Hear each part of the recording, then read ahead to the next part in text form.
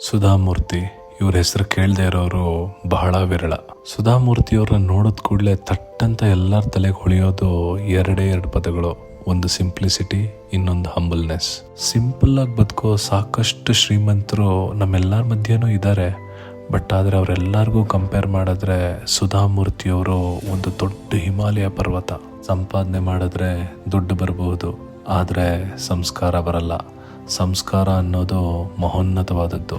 ಅಂಥ ಮಹೋನ್ನತವಾದ ಸಂಸ್ಕಾರದಲ್ಲಿ ಸುಧಾಮೂರ್ತಿಯವರು ಆಗರ್ಭ ಶ್ರೀಮಂತರು. ಸುಧಾಮೂರ್ತಿಯವರು ಇಷ್ಟು ದೊಡ್ಡ ಸಂಸ್ಕಾರವಂತರಾಗಬೇಕು ಅಂದರೆ ಇನ್ನು ಅವರ ತಂದೆಯವರ ಬೇರಲ್ಲಿ ಇನ್ನದೆಷ್ಟು ಸಂಸ್ಕಾರ ತುಂಬಿರಬೇಡ. ಸುಧಾಮೂರ್ತಿಯವರು ಎಷ್ಟೊಂದು ಕಡೆ ಹೇಳಿದ್ದಾರೆ, ಅವ್ರೇನೇ ಸಾಧನೆ ಮಾಡಿದ್ರು, ಅವ್ರೇನೇ ಸಾಧಿಸಿದ್ರು ಅದಕ್ಕೆ ಮೂಲ ಕಾರಣ ಅವ್ರ ತಂದೆ ಕೊಟ್ಟ ಸಂಸ್ಕಾರ ಅಂತ.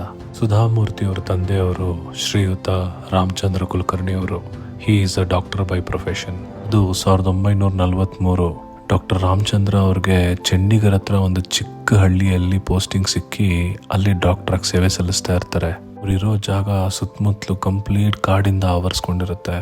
ಒಂದು ರಾತ್ರಿ ಮಳೆ ಬರ್ತಾ ಇದ್ದಾಗ 4 ಜನ ದಾಂಡಿಗರು ಅವ್ರ ಮನೆ ಬಾಗಿಲು ತಟ್ಟಿ ಬಲವಂತವಾಗಿ ಅವ್ರನ್ನ ಕಾರಲ್ಲಿ ಕೂರಿಸ್ಕೊಂಡು ಒಂದು ಕಡೆ ಕರ್ಕೊಂಡು ಹೋಗ್ಬಿಡ್ತಾರೆ. ಆ 4 ಜನ ದಾಂಡಿಗರು ಕಾರ್ನ ಮಧ್ಯದ ಕಾಡಲ್ಲಿ ನಿಲ್ಲಿಸಿ ಅಲ್ಲೊಂದು ಪಾಳು ಬಿದ್ದಿರೋ ಮನೆ ಒಳಗಡೆ ಡಾಕ್ಟರ್ನ ಕರ್ಕೊಂಡು ಹೋಗ್ತಾರೆ. ಡಾಕ್ಟ್ರು ಅಲ್ಲೊಂದು ಹುಡುಗಿ ಪ್ರಸವ ವೇದನೆಯಿಂದ ನರಳುತ್ತಾ ಇರೋದನ್ನು ಗಮನಿಸ್ತಾರೆ. ಡಾಕ್ಟರ್ ರಾಮಚಂದ್ರ ಅವ್ರಿಗೆ ಅಲ್ಲಿನ ಪರಿಸ್ಥಿತಿ ನೋಡಿ ಇಲ್ಲೇನೋ ಸರಿ ಇಲ್ಲ ಅಂತ ಅನ್ಸೋಕ್ಕೆ ಸ್ಟಾರ್ಟ್ ಆಗುತ್ತೆ. ಆದರೆ ಆ ಹುಡುಗಿ ವೇದನೆ ನೋಡಿ ಫಸ್ಟು ಈ ಹುಡುಗಿಗೆ ನಾನು ಹೆಲ್ದಿ ಡೆಲಿವರಿ ಮಾಡಿಸೋ ವ್ಯವಸ್ಥೆ ಮಾಡಬೇಕು, ಆಮೇಲೆ ಏನಾಗುತ್ತೋ ನೋಡೋಣ ಅಂತ ಡಿಸೈಡ್ ಆಗ್ತಾರೆ. ತುಂಬ ಶ್ರಮ ಪಟ್ಟ ಮೇಲೆ ಆ ತಾಯಿ ಒಂದು ಹೆಣ್ಣು ಮಗುಗೆ ಜನ್ಮ ಕೊಡ್ತಾಳೆ. ಆವಾಗ ತನ್ನ ಕತೆ ಹೇಳಕ್ಕೆ ಶುರು ಮಾಡ್ತಾಳೆ. ತಾನು ಈ ಊರಿನ ಜಮೀನ್ದಾರ ಮಗಳು ಕಾಲೇಜಲ್ಲಿ ಓದ್ತಾ ಇರಬೇಕಾದ್ರೆ ಒಬ್ಬ ಹುಡುಗನ ಇಷ್ಟಪಟ್ಟು ಅವನಿಂದ ಈ ಪರಿಸ್ಥಿತಿ ತಂದ್ಕೊಂಡೆ. ನಾನು ಪ್ರೆಗ್ನೆಂಟ್ ಅಂತ ಗೊತ್ತಾದ್ಮೇಲೆ ಆ ಹುಡುಗ ನನ್ನ ಬಿಟ್ಟು ಓಡೋದ. ಆದರೆ ಮನೆಯವರು ಅದನ್ನು ಎಕ್ಸೆಪ್ಟ್ ಮಾಡ್ಕೊಳ್ದಲೇ ನಾನು 9 ತಿಂಗಳಾಗೋವರೆಗೂ ಕಾದು ಈ ಕಾಡಲ್ಲಿ ಗುಟ್ಟಾಗಿ ನನ್ನ ಪ್ರಸವ ಮಾಡಿಸ್ತಾ ಇದ್ದಾರೆ. ಈ ಹುಟ್ಟಿರೋ ಈ ಮಗುಗೆ ಒಳ್ಳೆ ಭವಿಷ್ಯ ಕೊಡ್ತಾರೆ, ಅದನ್ನು ಎಕ್ಸೆಪ್ಟ್ ಮಾಡ್ಕೋತಾರೆ ಅನ್ನೋ ನಂಬಿಕೆನೂ ನನಗಿಲ್ಲ ಅಂತ ತನ್ನ ನೋವನ್ನು ಡಾಕ್ಟರ್ ರಾಮಚಂದ್ರ ಅವ್ರ ಹತ್ರ ಹೇಳ್ಕೊತಾಳೆ. ಮಗು ಅಳೋ ಶಬ್ದ ಕೇಳಿ ಆ ದಾಂಡಿಗರು ಡಾಕ್ಟರ್ ರಾಮಚಂದ್ರ ಅವ್ರನ್ನ ಹೊರಗೆ ಎಳ್ಕೊಂಡು ಹೋಗ್ತಾರೆ. ಸರಿ, ನೀವಿನ್ನು ಹೊರಡ್ಬೋದು ಅಂತಾರೆ. ಅವ್ರ ಕೈಯಲ್ಲಿ 100 ರೂಪಾಯಿ ಇಟ್ಬಿಟ್ಟು ನೀವು ಹೊರಡಿ ಇಲ್ಲಿಂದ ಅಂತ ಹೇಳ್ತಾರೆ. ಅವಾಗ ಡಾಕ್ಟ್ರ್ ಹೇಳ್ತಾರೆ, ಸರಿ ಆಯ್ತಪ್ಪ, ನಾನು ಹೊರಡ್ತೀನಿ, 1 ನಿಮಿಷ, ನನ್ನ ಬ್ಯಾಗ್ ಒಳಗಡೆನೇ ಇದೆ, ತೊಗೊಂಬರ್ತೀನಿ ಅಂತ ಒಳಗಡೆ ಬಂದು ಆ ಹುಡುಗಿ ಹತ್ರ ಹೀಗೆ ಹೇಳ್ತಾರೆ, ನೋಡಮ್ಮ, ನೀನು ಯಾರು ಅಂತ ಗೊತ್ತಿಲ್ಲ, ನಾನು ಡಾಕ್ಟರ್ ರಾಮಚಂದ್ರ ಅಂತ. ನಾನು ನಿನಗೇನು ಸಹಾಯ ಮಾಡೋಕ್ಕೂ ಆಗಲ್ಲ, ಆದರೆ ಈ 100 ರೂಪಾಯಿ ನೀನೇ ತಗೋ. ನಾಳೆ ದಿನ ನಿನಗೆ ಸ್ವಲ್ಪ ಶಕ್ತಿ ಬಂದು ಈ ಮಗುಗೊಂದು ಒಳ್ಳೆ ಭವಿಷ್ಯ ಕೊಡಬೇಕು ಅಂದರೆ ಪುಣೆಯಲ್ಲಿ ನರ್ಸಿಂಗ್ ಕಾಲೇಜ್ಗೆ ಹೋಗು, ಅಲ್ಲಿ ನಾನೊಬ್ಬ ಡಾಕ್ಟರ್ ರೆಫರೆನ್ಸ್ ಕೊಡ್ತೀನಿ, ಅವ್ರ ಹತ್ರ ಸೇರ್ಕೋ ಅಂತ ಹೇಳಿಬಿಟ್ಟು ಹೊರಟ್ಬಿಡ್ತಾರೆ. ಇಲ್ಲಿ ನಾನು ನಿಮಗೆಲ್ಲ ಒಂದು ಇಂಟ್ರೆಸ್ಟಿಂಗ್ ವಿಚಾರ ಹೇಳಬೇಕು. ಅವತ್ತಿನ ದಿನಕ್ಕೆ ಡಾಕ್ಟರ್ ರಾಮಚಂದ್ರ ಅವ್ರಿಗೆ 75 ರೂಪಾಯಿ ತಿಂಗಳಿಗೆ ಸಂಬಳ ಇರುತ್ತೆ. ಆದರೆ ಒಂದು ಡೆಲಿವರಿ ಮಾಡಿಸಿದ್ದಕ್ಕೋಸ್ಕರ ಆ ದಾಂಡಿಗರು ಅವ್ರ ಕೈಗೆ 100 ರೂಪಾಯಿ ಕೊಟ್ಟಿರ್ತಾರೆ.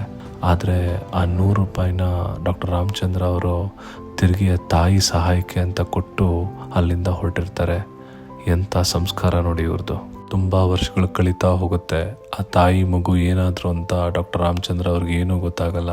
ಆಮೇಲೆ ಒಂದಿನ ಅಹಮದಾಬಾದ್ನಲ್ಲಿ ಒಂದು ದೊಡ್ಡ ಡಾಕ್ಟರ್ ಕಾನ್ಫರೆನ್ಸ್ ನಡೆಯುತ್ತೆ. ಕಾನ್ಫರೆನ್ಸಲ್ಲಿ ತುಂಬ ಜನ ಡಾಕ್ಟರ್ಸು ಮಾತಾಡ್ತಾ ಇರ್ತಾರೆ. ಅಲ್ಲಿ ಡಾಕ್ಟರ್ ಚಂದ್ರ ಅನ್ನೋರು ಕೂಡ ಅದ್ಭುತವಾಗಿ ಮಾತಾಡ್ತಾರೆ. ಅವ್ರ ಸ್ಪೀಚು ಡಾಕ್ಟರ್ ರಾಮಚಂದ್ರ ಅವ್ರಿಗೆ ತುಂಬ ಇಷ್ಟ ಆಗುತ್ತೆ ಕೂಡ.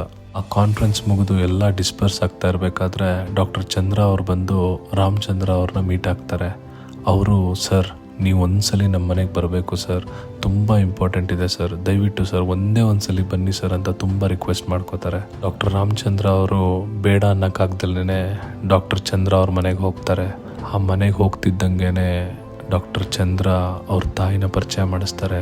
ಅವ್ರ ತಾಯಿ ಗೊಳೋ ಅಂತ ಅಳ್ತಾ ರಾಮಚಂದ್ರ ಅವ್ರದ್ದು ಕಾಲಿಗೆ ಬಿದ್ದುಬಿಡ್ತಾರೆ.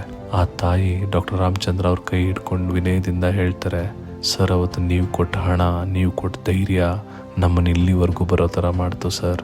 ಇವತ್ತು ನನ್ನ ಮಗಳು ದೊಡ್ಡ ಡಾಕ್ಟರ್ ಆಗಿದ್ದಾಳೆ. ನೀವು ರೆಫರ್ ಮಾಡಿದ ಡಾಕ್ಟ್ರು ನನಗೆ ಆಶ್ರಯ ಕೊಟ್ಟರು, ಮತ್ತು ಅದೇ ನರ್ಸಿಂಗ್ ಕಾಲೇಜಲ್ಲಿ ನನಗೊಂದು ಚಿಕ್ಕ ಕೆಲಸ ಕೊಟ್ಟರು.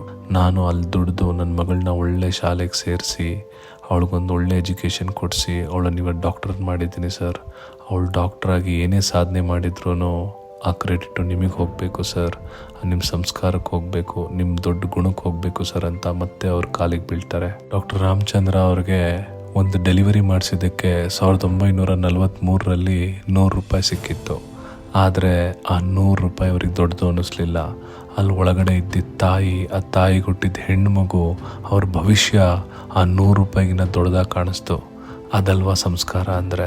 ಆ 100 ರೂಪಾಯಿ ತಗೊಂಡು ಡಾಕ್ಟರ್ ರಾಮಚಂದ್ರ ಅವರು ಅವತ್ತು ಖುಷಿಯಿಂದ ಮನೆಗೆ ಹೋಗ್ಬಿಟ್ಟಿದ್ದಿದ್ರೆ ಇವತ್ತು ನಮಗೆ ಡಾಕ್ಟರ್ ರಾಮಚಂದ್ರ ಅವರು ನೆನಪಾಗ್ತಿರ್ಲಿಲ್ಲ, ಸುಧಾಮೂರ್ತಿಯವರು ನೆನಪಾಗ್ತಿರ್ಲಿಲ್ಲ. ನೋಡಿ, ಒಂದು ಮಹೋನ್ನತವಾದ ಆಲೋಚನೆ, ಒಂದು ಮಹೋನ್ನತವಾದ ನಡತೆ ಸಮಾಜಕ್ಕೆ ಎಂತೆಂಥ ಮನುಷ್ಯರನ್ನ ತಗೊಂಬರುತ್ತೆ, ಎಂತೆಂಥ ಚೇಂಜಸ್ನ ತರುತ್ತೆ ಅಂತ. ಅದಕ್ಕೆ ನಾನು ವಿಡಿಯೋ ಸ್ಟಾರ್ಟಿಂಗಲ್ಲೇ ಹೇಳಿದ್ದು, ಸಂಪಾದಿಸಿದ್ರೆ ದುಡ್ಡು ಬರ್ಬೋದು, ಆದರೆ ಸಂಸ್ಕಾರ ಬರಲ್ಲ. ಸುಧಾಮೂರ್ತಿಯವರ ಅದ್ಭುತವಾದ ಕಥೆಗಳೊಂದಿಗೆ ಮುಂದಿನ ಎಪಿಸೋಡಲ್ಲಿ ಮತ್ತೆ ಸಿಗ್ತೀನಿ. ಧನ್ಯವಾದಗಳು.